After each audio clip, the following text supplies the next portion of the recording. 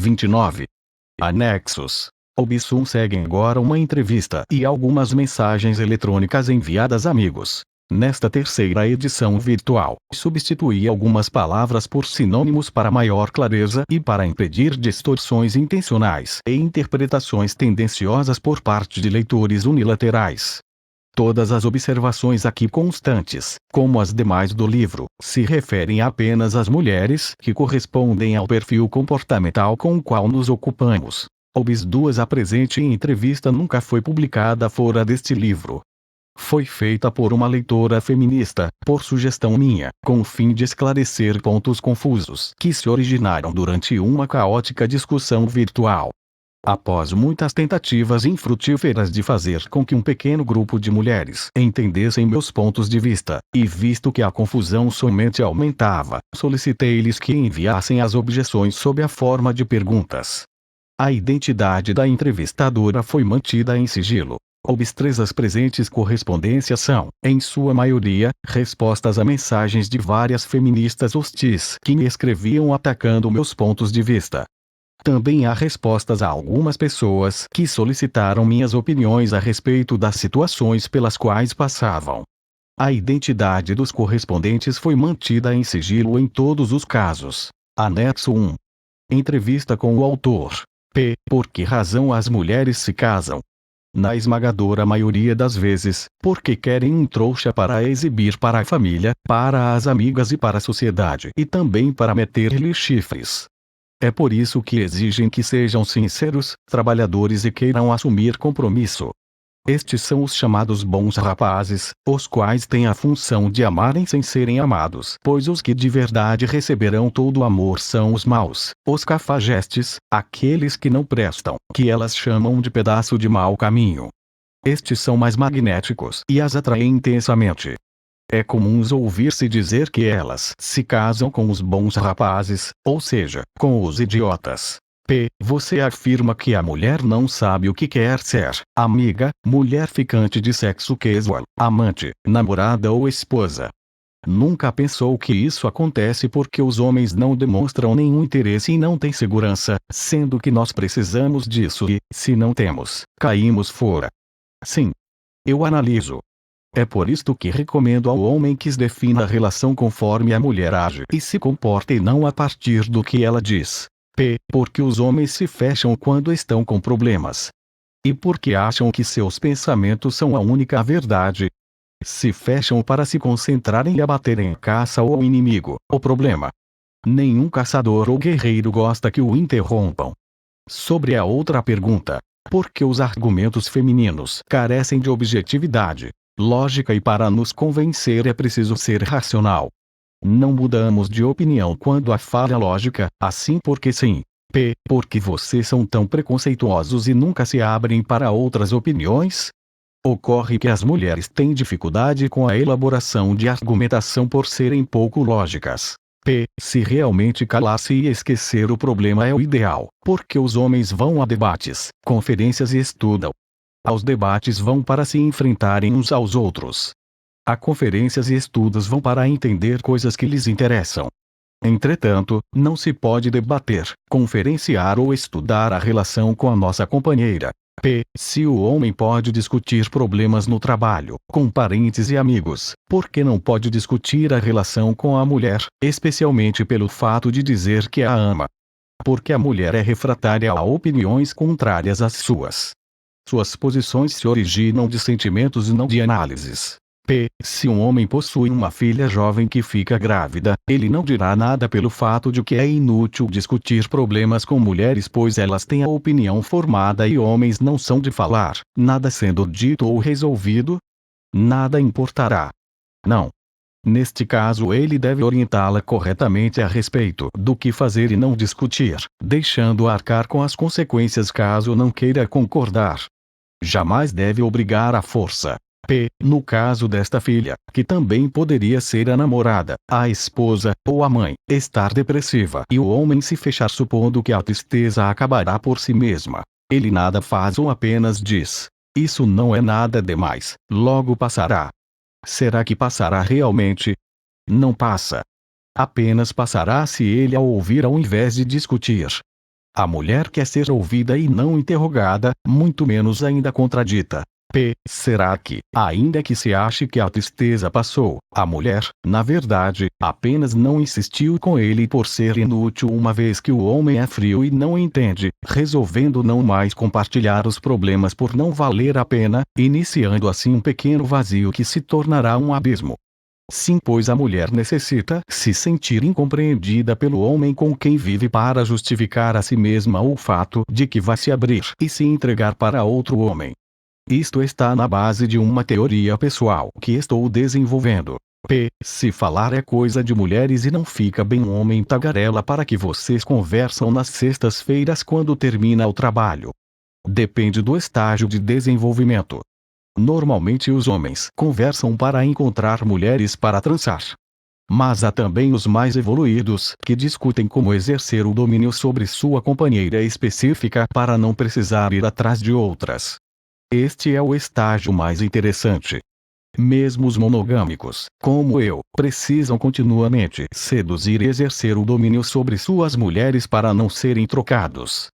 Como e sobre o que vocês homens conversam?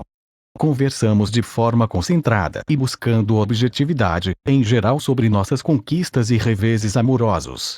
Tais conversas são extremamente importantes para o aprimoramento de nossas habilidades, principalmente no que se refere a estratégias de sedução, ataque e defesa nos jogos de sentimentos e atração com as mulheres. São reflexões. A fala das mulheres não é concentrada, é dispersa, vaga e superficial. Por serem muito parecidas com crianças, conversam sobre coisas bobas. O que fez fulano, o que aconteceu à esposa de Beltrano, etc. Não há análises, apenas descrições superficiais, marcadas por um tom de fundo emocional. Por que vocês ficam falando tanto sobre mulheres ou acusando homens que não pegam ninguém de serem gays? Sim, falamos pois deste modo adquirimos conhecimento estratégico. Dentro dos parâmetros gerais reinantes, é claro que esse cara que não pega ninguém é homossexual ou, no mínimo, possui alguma disfunção orgânica. Se fosse realmente um macho sexualmente ativo, estaria atrás das fêmeas. Mas há também os machos superiores que não correm atrás de todas por serem muito exigentes e desprezá-las. Geralmente eles conquistaram uma só mulher que vale por várias. Volto a perguntar. Os homens amam nos relacionamentos. Segundo a concepção comum de amor, somente os homens ingênuos. Já nas mulheres ocorre algo assim. Ela se apaixona pelos atributos sociais do cara. Porque vocês homens se desesperam quando a mulher vai embora para sempre se vocês mesmos dizem que há muitas por aí. Porque vocês astuciosamente nos prendem emocionalmente, dando carinho para que sintamos falta nessas horas. Obviamente, um homem amadurecido está imune por já ter caído nessas armadilhas muitas vezes no passado. Porque vocês ficam furiosos com a dificuldade da mulher em se decidir, a qual a leva a ficar na indefinição das situações, se todas são iguais e existem muitas à disposição. Porque gostamos de situações definidas. Queremos saber se ela vai querer ser mulher de programa, mulher ficante, amante casual, amante duradoura, amiga sexual, namorada ou esposa. No fundo, queremos uma só que tenha todos os atributos que necessitamos, principalmente o sexual, é claro, mas além disso a sinceridade. Odiamos a dissimulação típica da mulher. Defina um bom relacionamento. Para mim é um relacionamento definido, sem os jogos emocionais sujos femininos. Como é um relacionamento estável? Há vários tipos. O mais comum é o da mulher que vai ser como a minha mãe, isto é, uma santa no dia a dia. Mas além disso deve ser uma fêmea fatal conosco, e somente conosco, à noite na cama. Porque vocês nunca gostam que suas mulheres/namoradas tenham amigos homens. Porque é uma porta para transar com outro que a mulher não quer fechar. Os maiores amores nascem das amizades. Os contatos próximos e estreitos são uma passagem para uma relação amorosa e a mulher que se recusa a rompê-los está se recusando a destruir possibilidades de uma traição. Nenhuma mulher sonha com um homem que tenha um pênis de 4 metros, vocês sonham com homens legais, que saibam se aproximar de você sem maldade etc. para assim tê-los como escravos. Além disso, quando vocês têm um amigo, somente vocês é que sabem de fato se algo rola ou não. Deste modo, ocultam informações de seus parceiros para poderem dominar a relação. Por isso não queremos compromissos com mulheres que tenham amigos. Mas vocês podem ter amigas mulheres? Não. Somente se a mulher agir como mulher liberal. O problema não está em ser liberal, mas em não assumir, não admitir, dissimular, iludir o homem dando a entender que será fiel, etc. Tudo o que fazemos é insuficiente para agradá-los. Nunca está bom. Então diga, como é a mulher que vocês homens querem? Queremos uma mulher deliciosa, que dê sexo e amor para nós e de todas as formas que queiramos, que não tenha frescuras, que mantenha os outros machos à distância, que policie seus atos com relação aos homens e não faça nada que não gostamos sem nosso consentimento. Por estranho que pareça, também queremos o casamento, mas não com vagabundas. Há muitas vadias que se casam disfarçadas de damas honradas e esta é nossa preocupação. Um ex-namorado que tive não soube me responder quando lhe perguntei o que queria de mim. Afinal, vocês procuram o quê? Ele provavelmente sabia o que queria, mas estava confuso pela condenação da sociedade feminista atual às suas ideias. Além disso, estas características masculinas que estou apontando são inconscientes na maioria das vezes. Somente um estudioso as detecta, como é o meu caso. De acordo com suas afirmações, a relação estável não deve ter amor romântico. Então eles nunca terão relacionamentos de verdade. Eles terão, porém a mulher é a que irá amá-los por suas características diferenciantes e atrativas, e não o contrário. A mulher não ama em retribuição ao fato de ser amada, ao contrário do que querem dar a entender. É por isto que não podemos amá-las.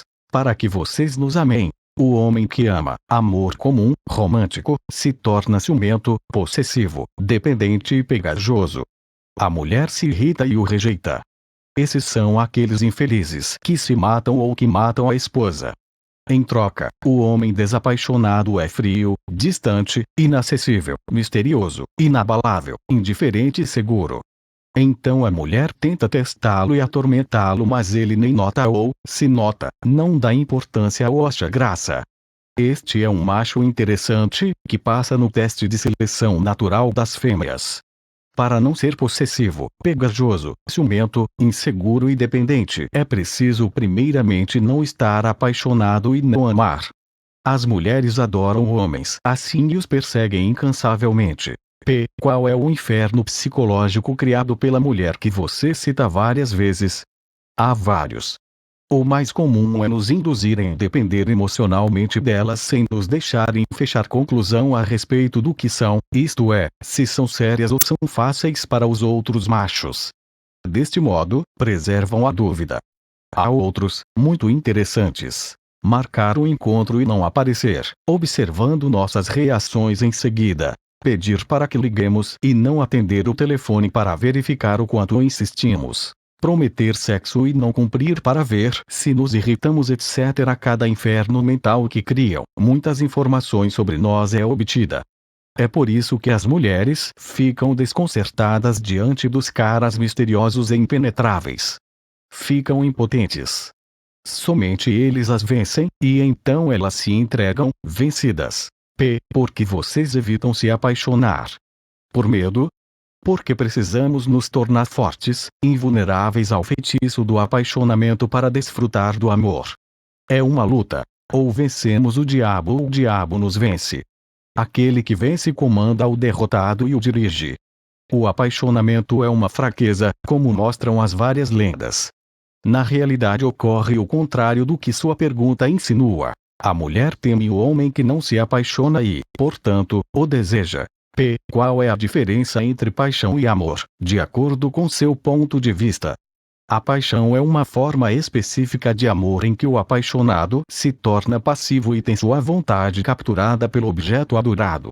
Trata-se da pior enfermidade que pode atingir a alma humana. Elie Paslev e Platão explicam bem isso. Um pré-requisito básico para que esta enfermidade emocional se instale é uma melhor situação da outra pessoa em relação a nós. Nos apaixonamos apenas por quem se encontra em uma situação superior à nossa e que de nós não necessite. O que um homem quer dizer quando diz que está apaixonado? Que ele está desesperado por aquela mulher, que sem ela não vive e que não suporta sua ausência. É um infeliz infantilizado. Em nada se diferencia de um moleque chorando pela falta da mãe. Porque vocês casam-se e consideram o casamento um lixo e acusam as mulheres de serem perversas manipuladoras. Só para ter sexo seguro é a toda hora. Sim. E também para ter uma mulher que preste ao lado. Como é cada vez mais difícil de achar, fugimos quando sentimos o cheiro de compromisso, pois o casamento na maioria das vezes é uma armadilha. Porque vocês querem morrer quando a mulher trai sexualmente, mas não ligam muito quando ela trai apenas emocionalmente. Porque, quando vocês dão sexo para outro, vocês fazem o que nunca fizeram para nós na cama. Por exemplo, para o amante, a mulher faz tudo, sexo oral, anal etc. de ótima qualidade, com vontade, carinho e amor. Para o marido nunca faz isso do mesmo modo, pois o sexo no casamento é uma obrigação e, portanto, uma tortura. Ou seja, o que tem de melhor a mulher reserva para o outro macho que não se compromete e não para o infeliz comprometido. O homem não sofrerá se não estiver apaixonado pela mulher que se foi com o outro. Porque vocês querem morrer se não conseguirem transar por falta de ereção? Porque nos sentimos anulados como homens. O cara sente que não existe mais, pois o homem é um pênis ambulante, o resto é aderente. É por isso que precisamos transar bastante enquanto temos força para isto.